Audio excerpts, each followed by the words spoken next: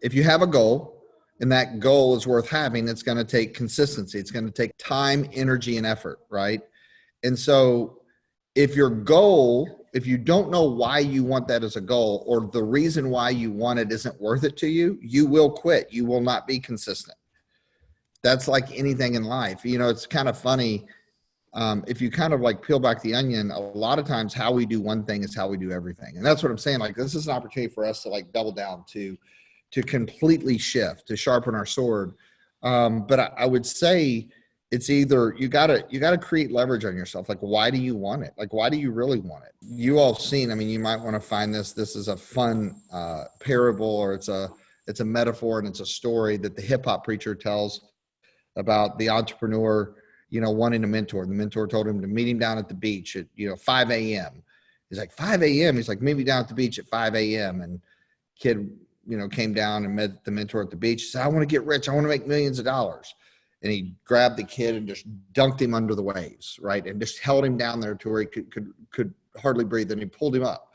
And he said, are you sure you're, and then he just dunked him back down there, right? And the hip hop preacher says, and he uses his personality, but he basically says, when he came up and he wanted to breathe, he goes, when you want success as bad as you wanted that breath, that's when you'll start being successful. So I always say that, some people like can be motivated by what they want, but if they don't truly desire it, if it doesn't hurt bad enough, I don't know if they'll ever do what it takes to get there, right? You have to be hungry. You can put a big, nice car on your vision board. I'm using this as an example because I like cars.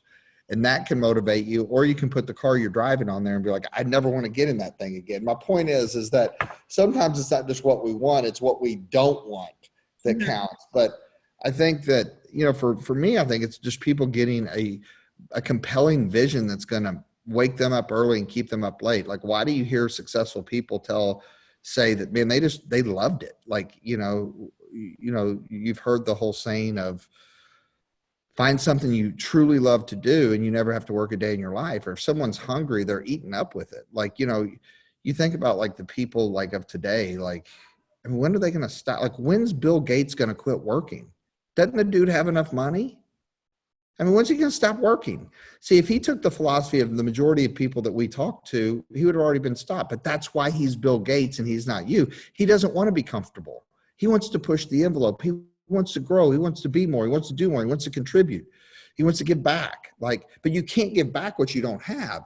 So instead of like sitting in our box and waiting 20 years and look back and go, what did I really do? And then blame everybody around us. They do something. Like, when's Jeff Bezos? Like, people say, well, money isn't everything. No, it's not even about money to them. Like, when's that guy going to quit working? Why didn't he just stop? He just needs to stop. What's he thinking? He has enough money. I mean, because it's not about the money. I hope you all get that. Like, it's about doing. And I know that that's really tough to like have perspective on that when you don't have it. But like, why is Mark Cuban still working? Like, so my point is that at some point you have to find a groove of something you love to do. And like, you're just eating up at doing it. It doesn't mean you can't enjoy your life. That is part of the enjoyment. Like, so I don't know. I hope that makes sense. But I think for anyone to be consistent, they have to be inspired. Like, I could get on here every day and motivate someone a little bit to get off of their couch and go do something. But if it doesn't come from within and it's not real to you, you're going to find a reason not to do it if it's uncomfortable. Does that make sense? Like, as a human behavior puts us in a state that we want to be comfortable. However, the only way we can have true happiness and fulfillment is not being comfortable. How fucked up is that? Like, how crazy is that? Like, think about that. That's human behavior. So like, we want to be comfortable, but when we're comfortable, we become miserable. We become miserable. I use this story all the time, but it's like how you boil a frog. You put a frog in a big old pot of boiling water, that frog's going to pop out as soon as you put it in. Why? Because it's too hot, right? It's too uncomfortable. However, if you take that frog and you put it into a big old pot of like nice lukewarm water, it gets nice and comfortable, and you start gradually turning that dial up. What happens to the frog? 3 hours later, we're all sitting around eating frog stew. Why? because it died a slow death. It was so comfortable, it didn't realize it was burning. And I'm just telling you, we all have seen this. Some of us have lived this. That is life. We get put in a box where we feel comfortable and we take a breath. And before we know it, it's 15 years later, 20 years later, and we look back on our lives and realize how miserable we are. Because the only thing that truly creates happiness is growth. The only thing that creates fulfillment is contribution. And those are two human needs that every single person you have to truly be happy, right? And so, and the only way to have it is to be uncomfortable. Now, it's not about pain. It's like, to me, fitness is about the point of where, you know, you're comfortable being uncomfortable, but it's not going to an extreme pain. Does this make sense? Now, some people take it there, like David Goggins, right? That's a whole different level, but like, it's the laws of human nature. I mean, that's what it is.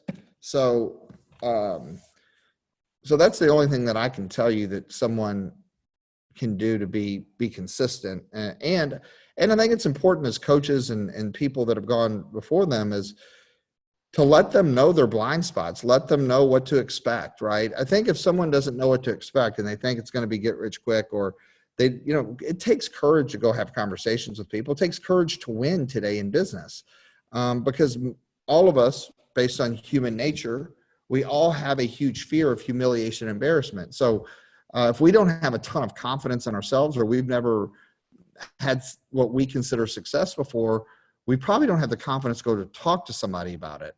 So therefore, we're afraid what they're going to say to us, and we don't want to be humiliated, embarrassed. And if that's the case, then we just stop altogether, and we find some globalization reason of not to go for it, not to maximize our potential. That's why it's so important to find something, a part of what we're doing that you love, you get excited for.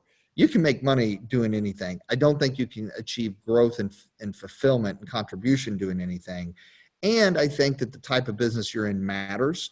You know, just because I've met too many millionaires that are miserable doing what they're doing, even though, you know, they're good at it. They, you know, whether it's numbers or my dad was an accountant. I just saw where he just got so burned out of doing numbers, like just the repetitiveness. Like, you know, it's a service, it's a need. There's no doubt about it. It stands the test of time, whether you're in a recession or a booming economy. But I don't know. But that's me. That doesn't mean it has to be you guys. And so my biggest hope is that people would just become more inspired, and maybe give them a different level of awareness, or allow them to level up their dreams or their belief in themselves or their confidence to go do something, that they just became better people to be a part of it. Because look, life is a revolving door, right? If you have a big desire, if you have big goals and big dreams, you can build yourself into it if you give yourself time to do it.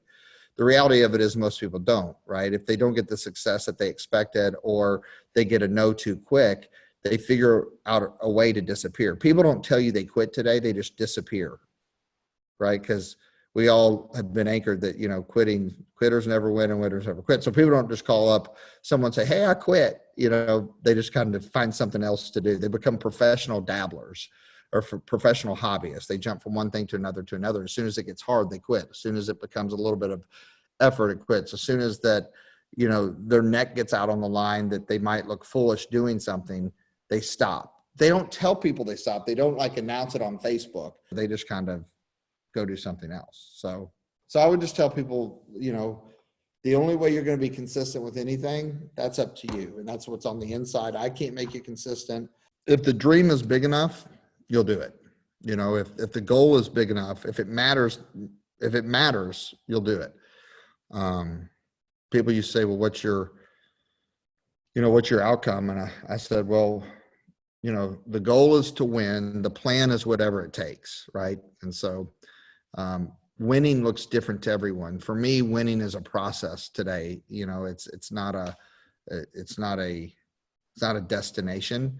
But you know, you have to have a plan to achieve what you want to achieve. So there's actually statistically proven that if you write a strategy down to your goal, that 52% of the people are more likely to achieve it. And the reason for that is the minute you write the plan down, even if it's the wrong plan, I want you all to think about this. Your brain starts seeing itself as as you're hitting your goal because you wrote a plan on how you're going to achieve it. So your belief went up, which means it's a tool to reinforce your belief in your faith. You can only build something to the level you believe it can be